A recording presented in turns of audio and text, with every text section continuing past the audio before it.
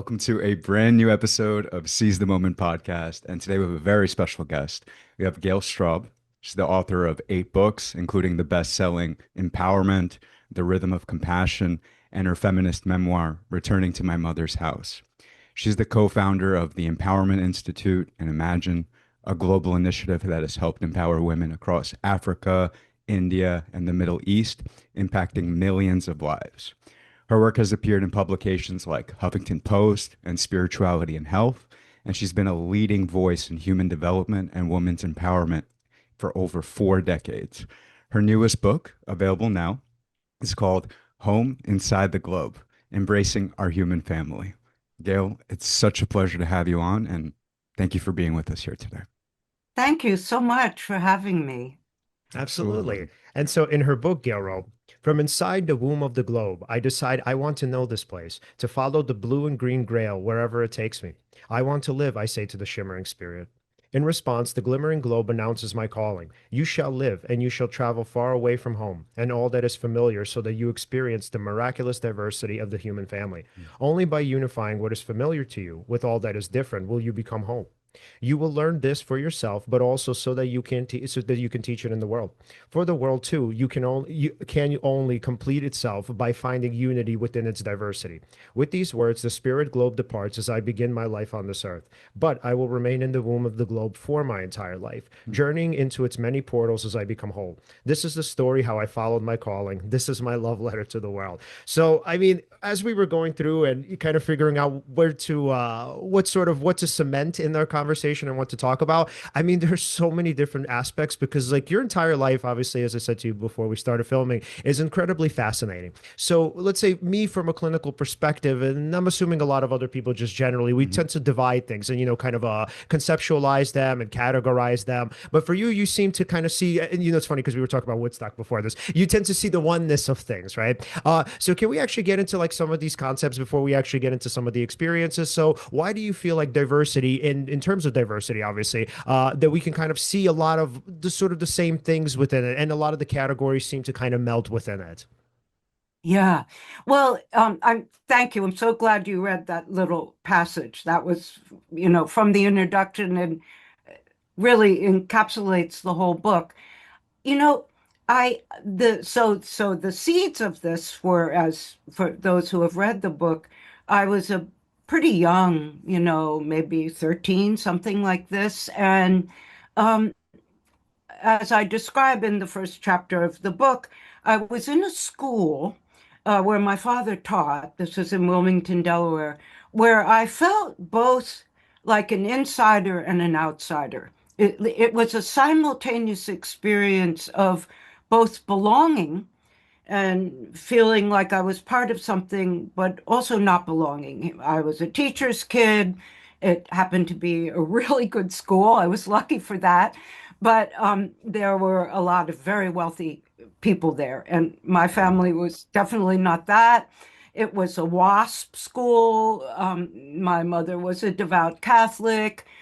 So there were those things that put me apart outside. I felt truly as an outsider. But then I also was a leader. I was, the president of this and that and the editor of the paper. So I was simultaneously an insider. Now, mind you, I didn't have words for these things as a young teenager, Hmm. but it started working on me. And so then I announced to my befuddled parents, my life depends on this AFS student experience, American Field Service, which is still alive and well. And long story short, I was sent to Paraguay, and I was the first woman sent there. I was sent to a tiny village, and here I was going away from Wilmington and being an outsider because I wasn't wealthy. Hmm. And I land in a family uh, in a very poor country, but a family that's very well to do. So all these paradoxes, and I get my own young woman who's my maid, and she's my age. And um, so what began to happen is I said, this idea of being different is very slippery. Mm, It's very elusive because in one instance, in one category, I'm an insider because of certain things. Then I move to another culture or another socioeconomic level, and I'm not that anymore. So very early on, I became fascinated by this slippery slope and I began to mistrust the idea of differences. I said, um, probably by the time I was in my 20s, I'd been in the Peace Corps in a small village in West Africa and so forth. I began to understand that if I wanted to become whole, like a whole Hmm. um, contributing member of society, if I wanted to become the fullest I could, the more differences I experience, the more cultures, the more kinds of people, the more places in the world, the more whole I was going to be.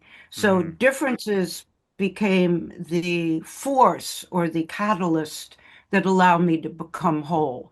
So whenever I feel, hear, or read constantly, um, you know, I'm too different to join this thing, or this person is different than me.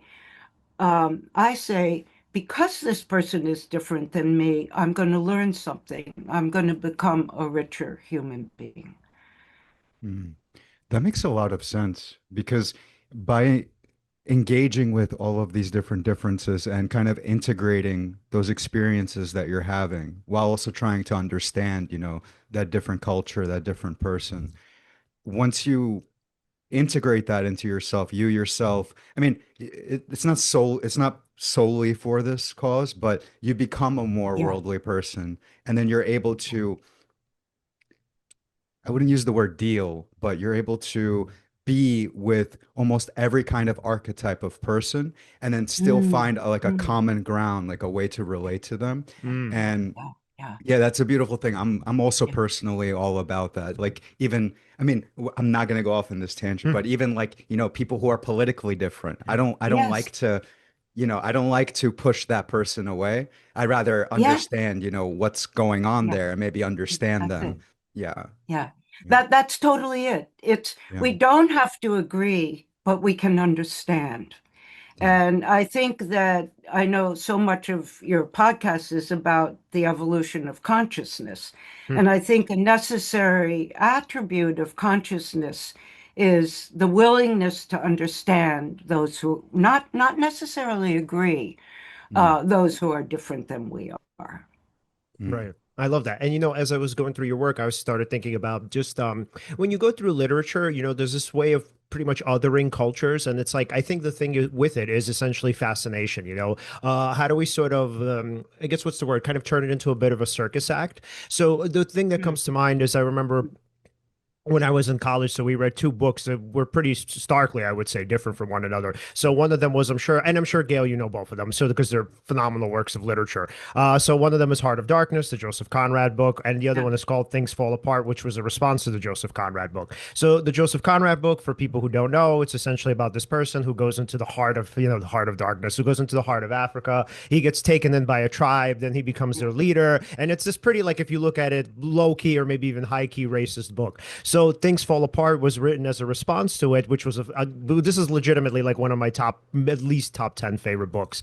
And what it showed was essentially that like a lot of these differences, even religious differences, they're not, when you look at their core, they're actually like fundamentally similar, or at least maybe even actually at least similar, maybe even the same. Hmm. So long Yeah. story Yeah. short, within the story, you see a culture that has the same issues that, like, I don't know, the Western world has in some ways, right? So you have like love stories, you have people who are heartbroken, you have people who are like kind of fighting for status. You have people who are sort of grappling with moral issues, etc., which is so interesting because the Heart of Darkness didn't show it that way. Hmm. Fundamentally, Yeah. the indicator there was that like here are these savages, right? There can't be more distinct from us. And the ending of it, the famous is like, oh, the horror, Yeah. which is just bullshit, right? And so Yes. fundamentally, right, Yes, right, it right. is And bullshit. yeah, yeah, yeah. And so, Gail, going into let's start with your travels in Africa, since I'm on the topic. So kind of going into it, right? I'm sure as you started going into these cultures, there had to have been some degree of uncertainty on your end. So how did Yeah. that how did that sort of evolve for you, right? So you come in and you're like, well, I'm not really sure what I'm getting into. Again, going into books like Heart of Darkness, this is what I've learned about these particular people and these tribes. And how did that sort of Yeah. differ from what you experienced? Well, I love what you're saying. Well, I made all kinds of mistakes, all Mm, kinds of, um, cultural gaffes, but I was young. I was in my case, when I was in the Peace Corps, I was in my young 20s, and there's something about this guileless demeanor, maybe also because I'm a woman, of a young woman, and I think in my case, the Africans who I met, I can only speak from my own experience. Um, they they they appreciated that I didn't mind making mistakes. I wasn't so careful and walking on eggshells and trying to be, well, the word politically correct didn't even exist in right. 1972, Hmm. but it was there nonetheless. And so I just went towards differences. But what I think you're alluding to that's very important here is in that experience, in the 2 years living in Africa, I realized, again, I didn't have the exact words that I have now. I realized that I was the student, Mm, that every person around me, every dance, every cultural experience, every experience cooking the new food, Hmm. learning the dialect, on and on, um, was an opportunity for me to learn. And I also learned, this is in the book, when I described my teacher, Fatima, mm, who was the woman who sort of took me under my wing, this innocent American who kept making mm, mistakes. And so as I observed her over this time, I she had never been to school. Okay. She was a mother, she was a leader in her community. I began to observe a different way of viewing intelligence, and in particular, emotional intelligence. She had profound emotional intelligence. She made me feel at ease. She made children feel at ease. She made the village feel at ease. And um, before I left, there was an encounter that I describe in the book where she, this is just before I'm going home. She says to me, "You've been very brave, Gail. You came here, you didn't know the language, you didn't know anyone. To be honest, you didn't really know how to act. However," she mm, says to me, um, "you were a really good student." mm, And I started to weep. I started to cry. But that was a kind of seminal moment where I realized what this globe inside me was about being a good student, mm, coming with a beginner's mind. mm, And as an American, I can say this to both of you. I think often, even still today, as Americans, we land in a place that's different than our own, and we think we know the way. right. And sometimes we do. Let's not be simplistic here, but often there are many, many ways to, as you alluded to a moment ago, to view human intelligence and the human experience. Mm. Hmm. This is it So this is so phenomenal for me because I can really relate to this experience. So long story short, the relationship that I had with my mentor, which I chronicled here various times. So it's super interesting because you know how like you have that one person where you're thinking like, okay, I respect this person so much that if they just think well of me, especially what I want them to think, like I can kind of feel good about myself, right? So for the years that I've known him, and so he passed away several years ago. But for the years that I've known him, all I wanted him like was for him to think that I'm brilliant, right? And that's kind of like Yeah. everything I ever wanted, right? But here's the interesting thing: he actually never told me that, right? And so I had these years where like he would compliment me, but at least for my kind of understanding or my perspective, whatever, I didn't really sort of get it or care that much. So I'll kind of just give you the background. So like he would tell me, he's like, yo, you are literally the most open-minded person I've ever met. He's like, for me, yeah, Wow. yeah, yeah, yeah. He's like, for me, it's literally shocking. And by the way, I didn't care. I'm like, no, that's not what I want. I'm like, I want you to think like I'm brilliant. I don't want you to think I'm open-minded. So it took me a Wow. long time to realize that it actually he didn't care about that. So the reason why he Yeah. gave me that, yeah. So the student compliment, right? Essentially, he's telling me like, hey man, you're actually an excellent student. You're the best in some ways student, right? Like that I can kind of Yeah. think of. But I'm thinking like, no, no, that's not what's valuable to me. What's valuable to me is sort of like innate talent or IQ or whatever, right? So I want him to validate that. But to him, right, it was the opposite because he's Yeah. like, no, dude. He's like, I mean, he didn't Yeah. say this, but this is now what I gathered. He's essentially saying like, yo, we have enough intelligent people in the world. What we need are people who are open-minded, right? Right. We need people who will learn, who are open to learning, who can like take Yeah. different perspectives. And here's the interesting thing about he and I is I started out like I was super. Now I'll say this because it's whatever. Now it's whatever. Water under the bridge, I guess. I was super like far right, not like Nazi far right, but we're talking libertarian far right. So and he is super far left. And somehow or Good. other, man, through all of our clashes, we came together and like I took his perspective Uh, seriously. Yeah, he would send me books. And so again, interestingly enough, this concept of a student kept coming up. And he's like, I yeah. don't even necessarily need you to agree with what I'm saying. What I need more than Yeah. anything is for you to take it seriously. Because he's like, your problem is a lot of the times, right? He's like, that's kind of the paradox of you. He's like, sometimes you do take, other perspectives seriously, but a lot of times you also don't, right? But again, but he's like, in terms of what I see in an open-mindedness, he's like, yeah, you have like a level that he's like, as a teacher, I've done this for whatever, 40 years Mm. at the time. He's like, I've really never seen anything like this. He's like, people are usually pretty rigid. But again, it only, Wow. yeah. So it was only, I think, after he passed that I realized like how Mhm. important that idea was of being a student. And also, by the way, for him, who was like, so because he was a socialist, he was like, and we'll talk about like your Marxist background too. So because he was a socialist, his idea of equality, again, for me, was kind of not touching me, right? Because I'm thinking hierarchically. I'm like, no, I want to be like the best innately. But however, for him, what he was saying is that like he's like, dude, like for what I want in the world, like you're sort of the standard. But I didn't like the idea of like, yeah, but anybody can do this. But I think what he was trying to tell me was like, yes, even though anybody can do this, nobody really is doing this. And what we kind of need is Yeah. people like you to help people along. Mm. So now, right. Now that I'm thinking Yeah. about it, like I appreciate the sort of equality in it. So, and the fact that, innately, honestly, a lot of our, whether you call it IQ or whatever, it's just not as important as something like being open-minded and honestly, even being like praised for being a student. So, Gail, I Yeah. appreciate that, man. I feel like you and I on that level, man, we connect. Mm. Well, that's a really great story. And Thank you. it's back to the understanding Yeah. thing. Even though you were really different than your mentor, there was a genuine, it sounds like anyway, a genuine attempt to understand each other. And is it not true you're a much richer human being because of that?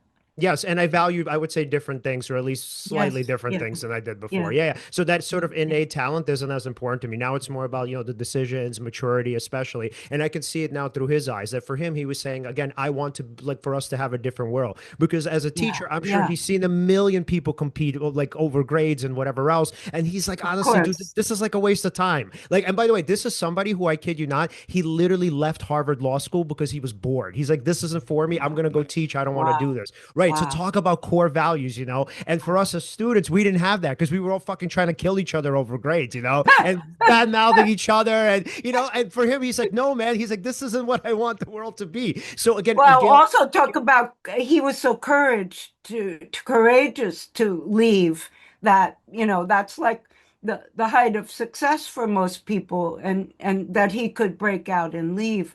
But I love that you're talking about mentors because a lot of what the book is about is the series of mentors, Mhm. mentors in Russia, mentors in China and Africa and the Middle East and so forth. Um, and then at the end of the book, um, I become a mentor because I'm then in my 60s, but then it reverses again, especially in my work in India and the Middle East and parts of Africa. I begin to work in Africa a lot again. My mentees become my teacher. So Mm, this idea, this circular idea, I think you're alluding to, that sometimes we're the teacher, the mentor, but then we become the student. For me, I hope that evolves over our whole lifetime. We mm, don't ever stop being students, so to speak. Mm. mm.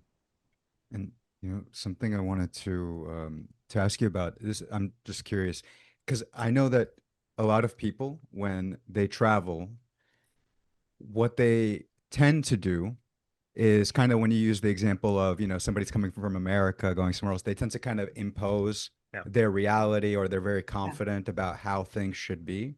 And then yeah, you have a different kind of person who tries to fit in, right? yes. But I'm curious, was there a point for you where even maybe you weren't trying to fit in anymore? You kind of embraced that you were Mm, different and mm, um mm. yeah, I'm curious about that because Yeah, it's a very delicate balance because like you it could try to is. be like kind of like a social chameleon and just Yes. fit in, follow what's going on. Yeah, yeah, But then you don't really show also right. that integrated part of you. You're just kind of trying Yeah, to be like the people there. So yeah. I'm wondering how you balance that and when that happened. Yeah. That's a really subtle and important question. Thank you. Mm, Because I think, to your point, if we try and fit in too much, it's disingenuous. It's mm, Mm. fake. Mhm. We are I'll just use Russia for an example. I could use any country, but It's not because we're Russian, right? well, it was a really interesting chapter in my life, and my husband and I worked there during the Gorbachev years, so Mhm. it was like we snuck in at an extraordinary time. But I want to come back to your question because it's so subtle. So, when we arrived there, it was in the height of the nuclear stuff, and we were arch enemies and about to blow each other off the earth and hmm all that. We're seeing that again in different ways. And we went as citizen diplomats, not as any kind of official diplomats. So just ordinary people meeting ordinary people, and we had gone there to offer our empowerment work. And we were both, when I got there the first time in Moscow, what struck me, it's going to sound sort of dumb, but mm, I had worked a lot in Africa and India and China, and there I looked different. Mhm. That my visage is different, but we get to Moscow and we all look alike. Mhm. And uh, then we started this empowerment work, which is about the human experience. I'm going to get to your question, but it's going to Sure, take me a little please, while. please. Please. So we're doing this empowerment work, which is how do we, in essence, become full human beings contributing to our societies, the whole holistic body, mind, spirit thing. This was back in the 80s. Mm, And in that regard, we're similar. So this vast, as both of you have already spoken to this point, the vast human experience, what gives us happiness, what happens when we suffer, how do we live an ethical life, where does wisdom come from? Those are common human elements.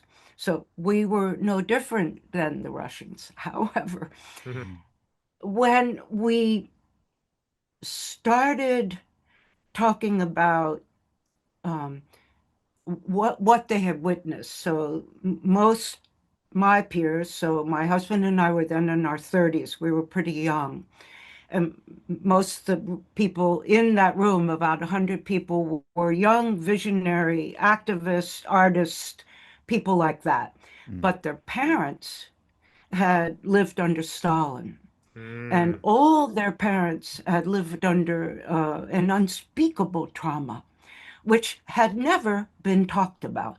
Mm, And so, never, like literally, when Virginia Satir went there, was the first time anything about that had been spoken. So mm, when we began, as workshops are, holistic workshops, empowerment workshops are, you tell the story of your life. These amazing Russians began to speak about the traumas that their parents had been through, starvation, torture. Many of their parents had been disappeared, etc. And there, now I'm finally getting to your point, I felt my difference. I felt so young. Here I was, a 30-something American. I wanted to do good in the world. Okay, mm, we were trying to, contribute to a better world. Mm. But I knew in that moment, and there are many stories like this in the Syrian refugee camps, in the slums of India. It goes on and on. I knew I was really different. mm, I had not experienced my parents disappeared or my parents tortured. I'm not saying that can't happen in our right. society. Don't get me wrong. Mhm. But for me, that was my first encounter. So at that moment, I felt profoundly different. But once again, we're back to this theme of being a student. I Mm, Right. felt how much I could learn.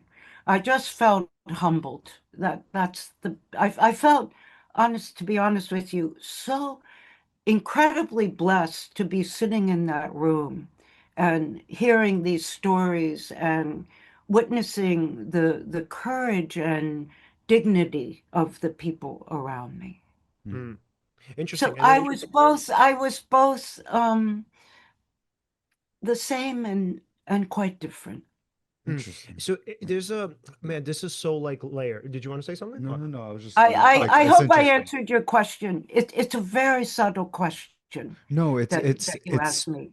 I'm with you. No, it is super subtle because yeah, to balance delicately, like uh showing who you are and then also being a Yeah, student and learning the yeah, culture and yeah. being respectful as well. Like That's it. there's so That, many different like things happening at the same time, mm-hmm, and it's such a delicate balance, like to still be, you know, one, authentic, two, be a yeah, student and be kind of receiving this like their experience. Like mm-hmm. that's you were there, I believe, in Russia from 89 to yeah. 93, I Yeah, 90, believe. about 93. Just that Yeah, wow. skinny chapter when we could Yeah, Mm, get in mm-hmm. and when there was real hope in that country. yeah, We slipped in, you know. Right. yeah, Yeah.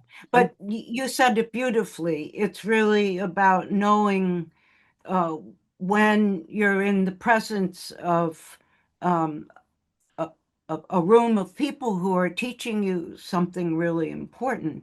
yeah. And they also, the the Russians I met back in the Gorbachev era, Mhm.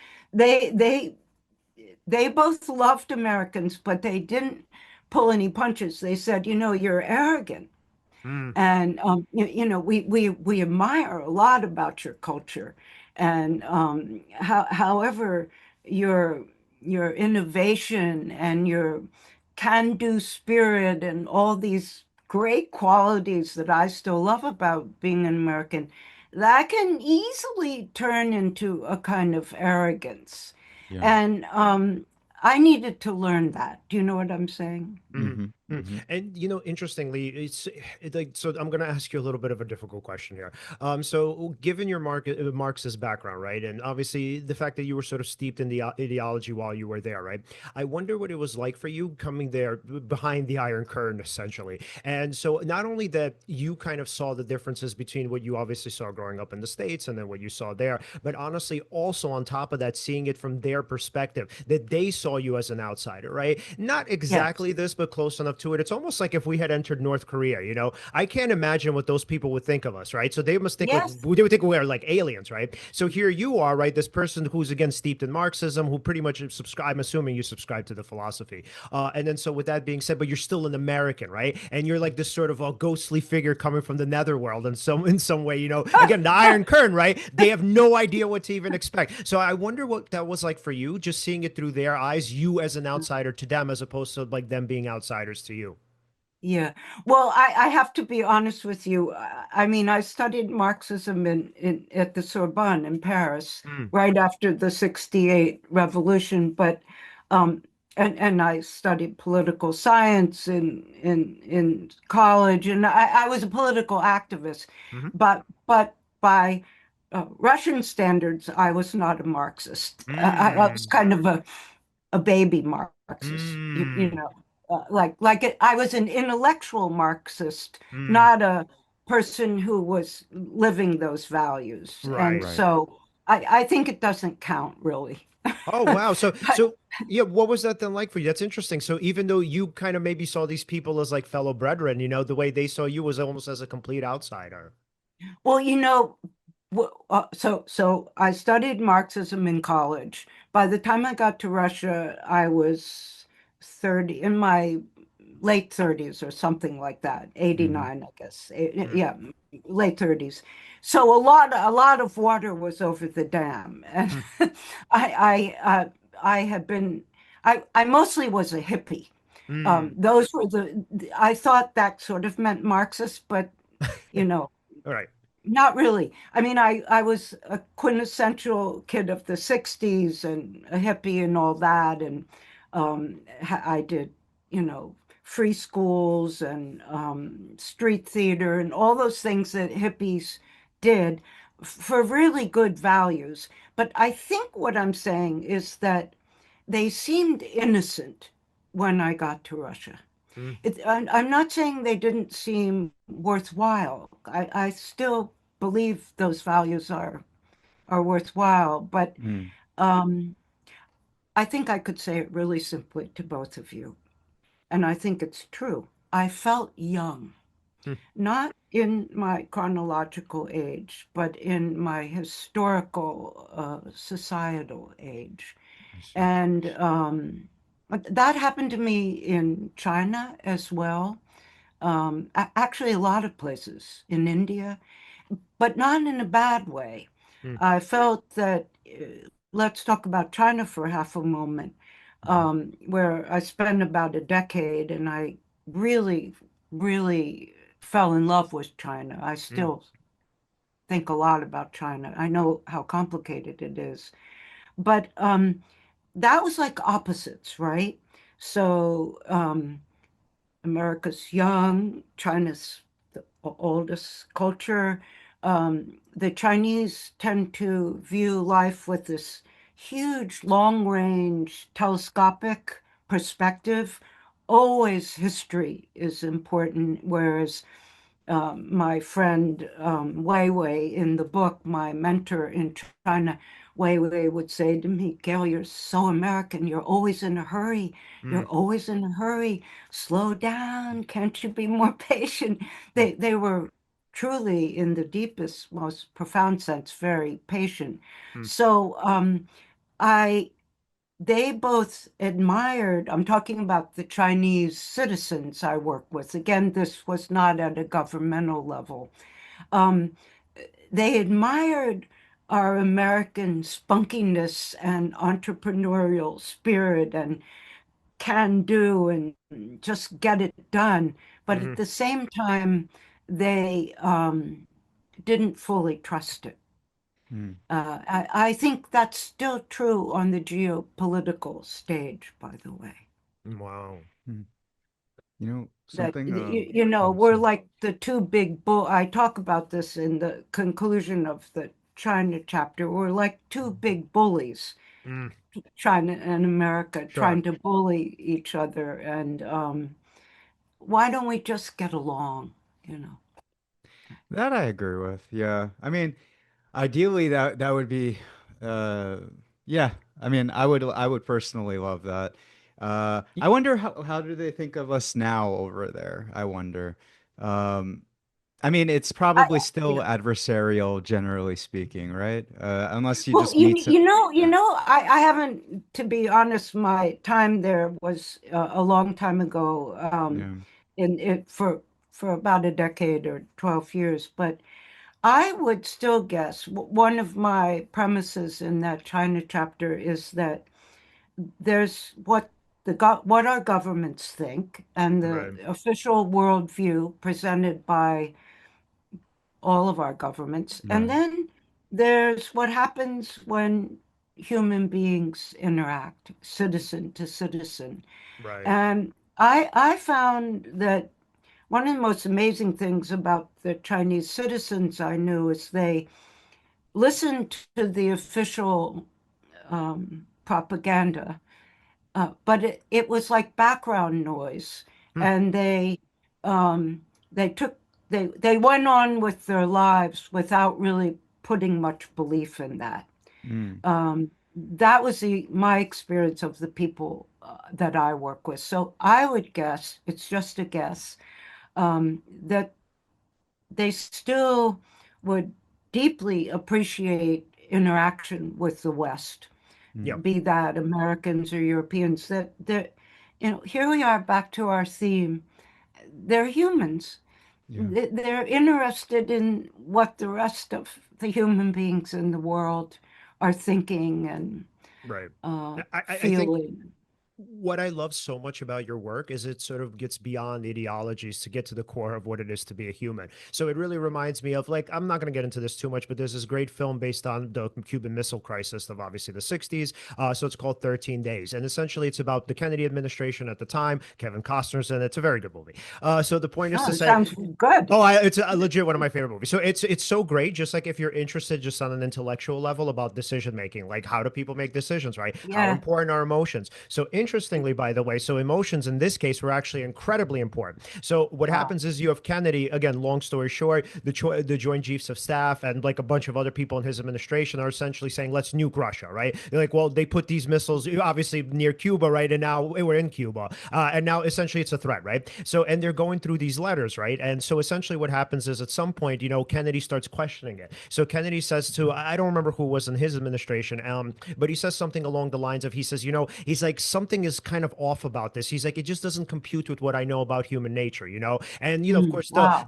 yeah. So the message is, oh no, they're not human. They're like, so the Joint Chiefs of Staff are essentially like, no, don't think of them as human. They're like, they're aggressors. You have to understand, if we're going to be pussies in this, and this is, I quote, I'm not just saying that. So the guy Yeah. says, he says, if we're going to be pussies in this, essentially you're going to nuke you're going to have our Yeah. country nuked, right? So he's like, you Yeah. can't think of them as like on our level. They're not like us, right? So again, Kennedy kind of goes inwardly, goes into his emotions, and he's thinking like it just doesn't align. He's like, maybe we're Right. sort of misreading things, right? And so like there are these incidences that happen, and the Kennedy starts along with his staff, they start piecing them together, and they start thinking, what if it's because of these prior incidents that it's actually us who are misreading these letters, right? What if these letters are actually not as aggressive as we think they intend to sound, Wow. right? So essentially, then what happens is you have these backdoor communications with Khrushchev at the time, and then so what happens is you find out, like little by little, like the Russians don't want a nuclear war with us, and so the whole thing is everybody wants to save face, right? So the Kennedy administration does, Khrushchev. So the whole idea is like they don't want, and nobody wants to know that they're the ones who back down, right? But Yep. fundamentally, Yep. everybody wants to back down, right? Yeah. So Yeah. Kennedy's like, I don't want this. Khrushchev is like, I don't want this. And so as they're going through this, you're seeing again this fundamental human on this fundamental human level, you're seeing that people don't want conflict, man.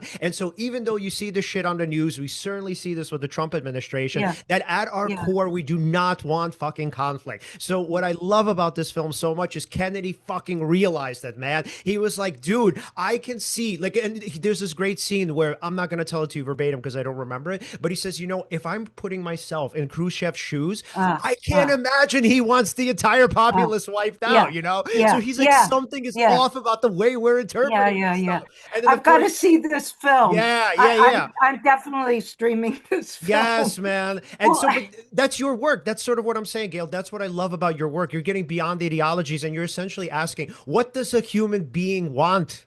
yeah. Yeah. Yeah. Well, some people who have read this book, they're one of their favorite stories is the Tiananmen Square story. Mm-hmm. So just to make a summary for your listeners. So I've been going to China a lot, and I had this trip planned, and then June 4th, 1989, Tiananmen Square, and it's a massive global crisis. And so everyone, all my colleagues, this is to your point of the film you just described. So all my colleagues say, just cancel the trip. What are you, crazy? You can't go over there now. It's dangerous. It'll mean that you agree with the government, not the students, 100 different excuses. But so I went through this soul searching. And in the end, I realized that, and again, it's one of the main themes of our conversation today, citizen diplomacy is in the simplest sense, people talking to people, not official governments. That's a whole different thing, which you've just described. But these are people talking to people, and actually, at that moment, I didn't trust either the Chinese media nor our own media to say what was really going on. So, long story short, we went. Uh, it was supposed to be a large delegation of 20. We were only 12. And we were the first Western delegation into China after the Tiananmen Square crisis. And we decided that our work there was to be witnesses, not to come, here we are back to our theme, not to come with preconceived notions, but to listen to all the voices. So we met with students, government officials, factory workers. This is all in the chapter on Tiananmen Square. And what the takeaway from that experience is that a lot of times in a crisis, we don't know what's going on unless we're on the ground, and no matter what kind of crisis, a family crisis, a political crisis, and in something as complex as Tiananmen Square, this was my big learning. There are multiple points of view. And by taking the gestalt of the points of view, what the government said, what the citizens, factory workers, for example, I would have thought that the factory workers would have been on the student side, go and protest and be against the government. But the factory workers said to us, no, the students are out of touch with reality. They're intellectuals. They don't know what it's like to live as a poor peasant. So I'm saying all of this to simply say that I think understanding, a true understanding culturally, politically, economically, socially, requires understanding many points of view. And when I came back from that trip, I wrote a lot of articles, and then a year later made a kind of editorial a year later. And I said that basically what I just said, that it wasn't simple, the government was wrong and the students were right, or vice versa, the students were wrong and the government was right. It was a very, very complicated situation, and also culturally very complicated. The Not to get too granular here, but in China, anyone who's visited there a lot, there are two vastly different cultures. The educated culture, and then, and it's still true today, the people who live like peasants, like the 19th century. So I'm not sure if I answered your question Yeah. or not. But, Well, so Alan is actually really great at this, man. So like you, because for a lot of us who are like very black and white in our thinking with right and wrong or whatever, like you're really good, honestly, man, at sort of questioning obviously hypotheses and sort of understanding and trying to understand like where perspectives and where people have their perspectives from. So I have to say, out of all the people I know, like Alan is fantastic at this. He has this saying, seek first to understand and then to be yeah. understood. I didn't make it up. I know, but Yeah. he that's No, kind of his but thing. Yeah, yeah. Well, Uh, I think we must be sort of philosophical kindred spirits then, Yep. something like that. No, Yeah. for sure. I mean, the way I see it, everybody thinks that they're right to think what they think, or they think they're the It- good guy, essentially, or they yeah, have, some kind of intentions that, from their perspective, the narrative they have, that's yeah, something that they feel is correct and why they stay with that. And then yeah, I'm like, well, if we all do that, but then fight over it, Hmm. why is there a reason to fight? I mean, if we just try to understand, like, okay, why are you thinking the way you do, and then you start to be like, oh, okay, I see why you're thinking like that yeah, now I don't have yes, a reason to fight you. I could actually, understand you, and then maybe you'll be willing to listen to something that I have to say, and then we yeah, kind of, yeah, integrate that and then have some sort of common understanding. And then it's funny because there's so many people that otherwise that you might have been enemies with or adversarial with, or that you're mhm, supposed to be enemies with, but then you have so much in common, and you yes, realize how stupid it is yes, to even fight in the first place. Like, yeah, everybody wants peace, everybody wants food, everybody wants shelter, everybody wants, yeah, like some very basic things. And then of course you get into specifics. I had this conversation with him the other day. You get into certain specifics about like how people want, these resources or whatever, yes, Right. given out. But still, I mean, at the core of it, there are these basic things that we all have hopes, dreams. We all have problems that that's we're it, dealing with. We all deal with that's death, it. um, families, Yes, all of we that. all, no matter where we live, we Yeah. want our families to be safe and healthy. And, Mhm. the astronauts recently, I don't know if you had conversations about that on your show, but I thought they spoke to this unitive impulse in a very profound way. Mhm. They said, you all are watching us from down here on Earth, we're watching you from out in space, Mm. but the Earth is a space capsule. There were so many quotes like that, and I found them very heartening, actually. Right. And something I was curious about is, in the book you talk about in your travels how it's not reconciliation, but like how Yeah. you, for example, you were traveling, and please correct me if I'm wrong, because I might be getting a detail wrong, but in the Sahara, you started thinking about your Yes. mom, Mm. and Yes. then, and forgive me for forgetting where, but it was like in a mountainous region, and then you thought about your dad. Could you maybe Yes. talk about those experiences? I feel like Yes. listeners Yeah, they're would, very thematic. yeah. Yes. Thank you. Those were, again, for many readers, the most moving chapters in the book. So, thank you. So, by some cosmic force, I I crossed the Sahara about a month after my mother died. Mm, And then about a couple weeks after my father died, I was married by then to my husband David, and we trekked the Annapurna circuit in the Himalayas.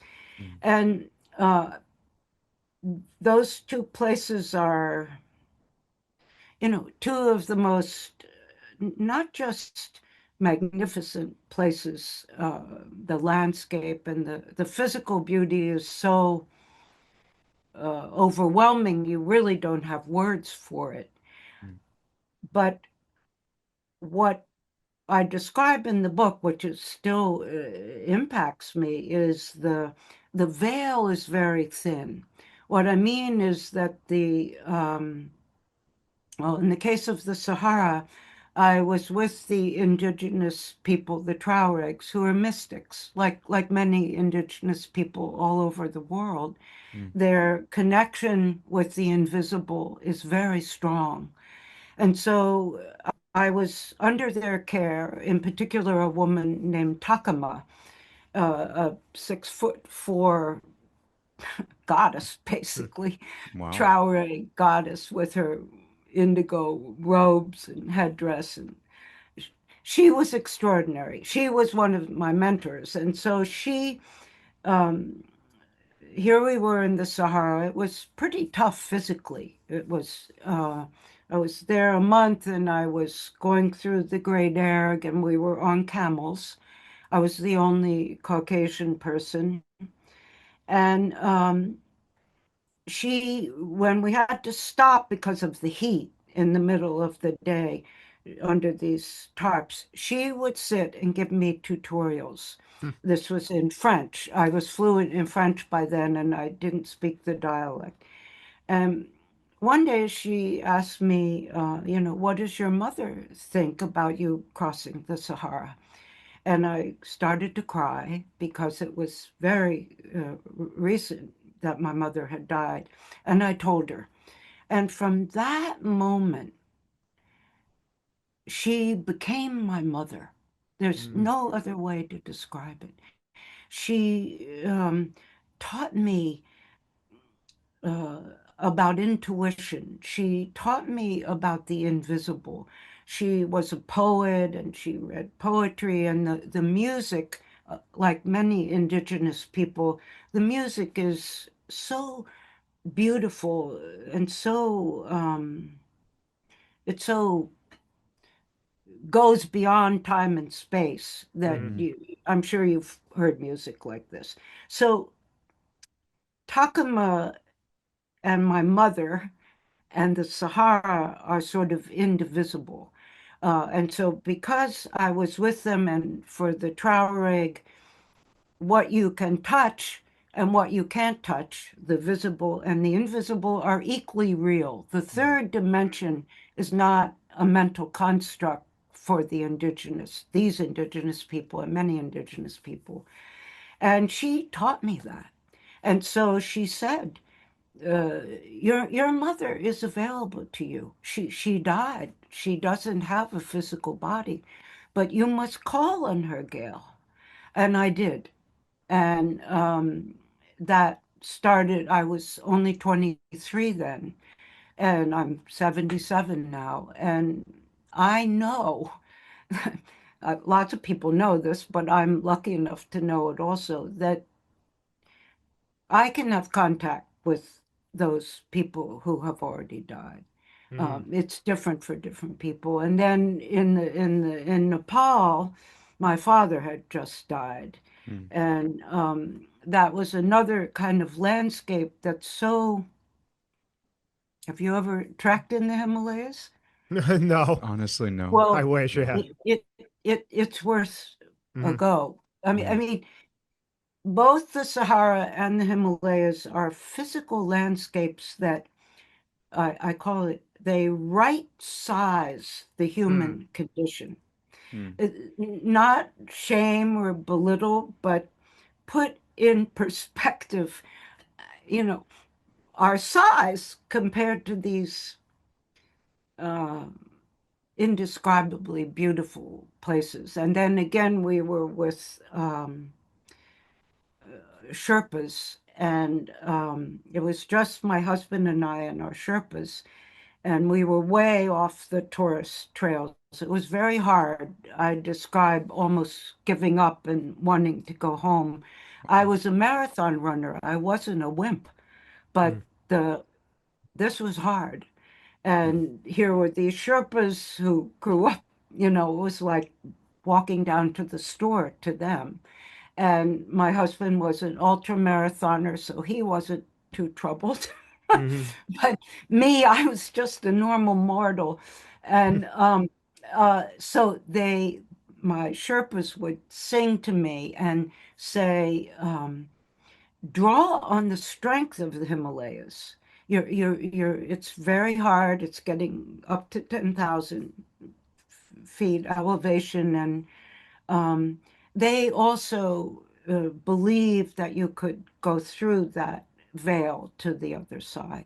Hmm. And that's when I began, back to your beautiful question, began to have, I understood my father in a way I never, ever had understood.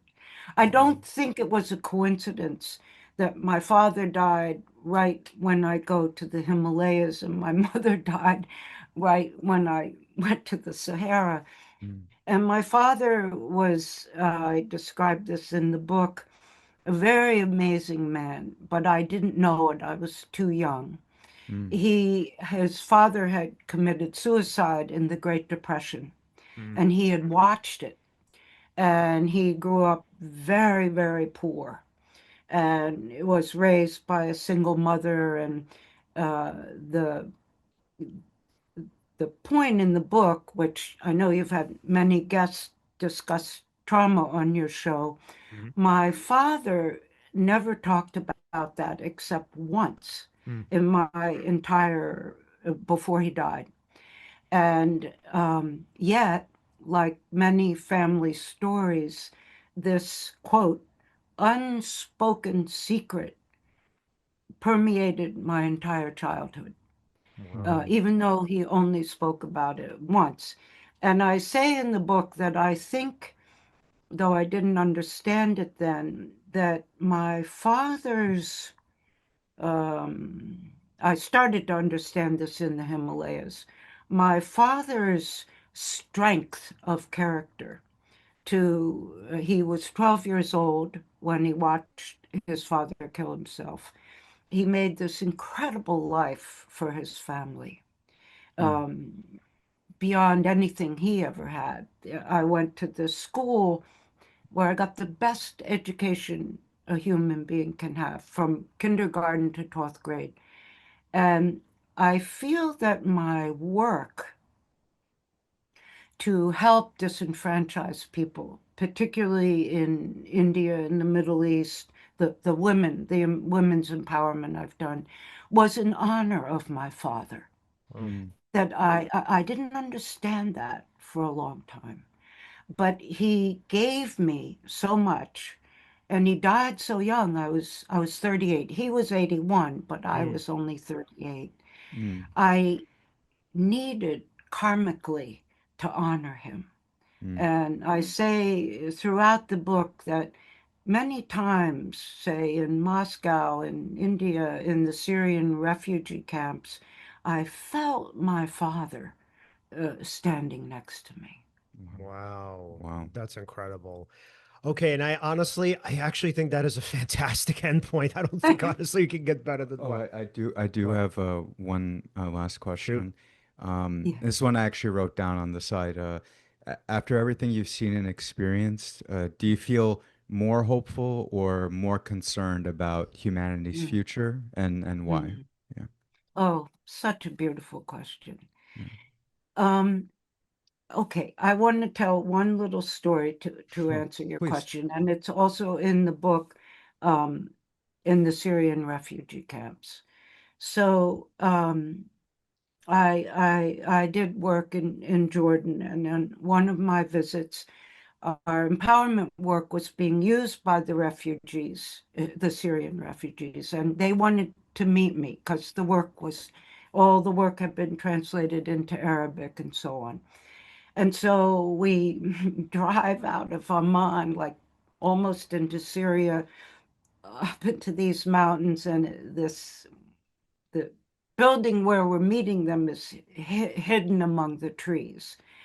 And we go up 4 flights of stairs, and a circle of 40 Bedouin women are sitting on the ground, and all ages, all Syrian refugees, all women in this case, because the work I was doing was with women. Mm-hmm. And to make that story short and to answer your question, they described watching, of course, we've all read this, and it's still going on in other parts of our world. They describe watching their entire families shot in front of them. Many of them had been gang raped.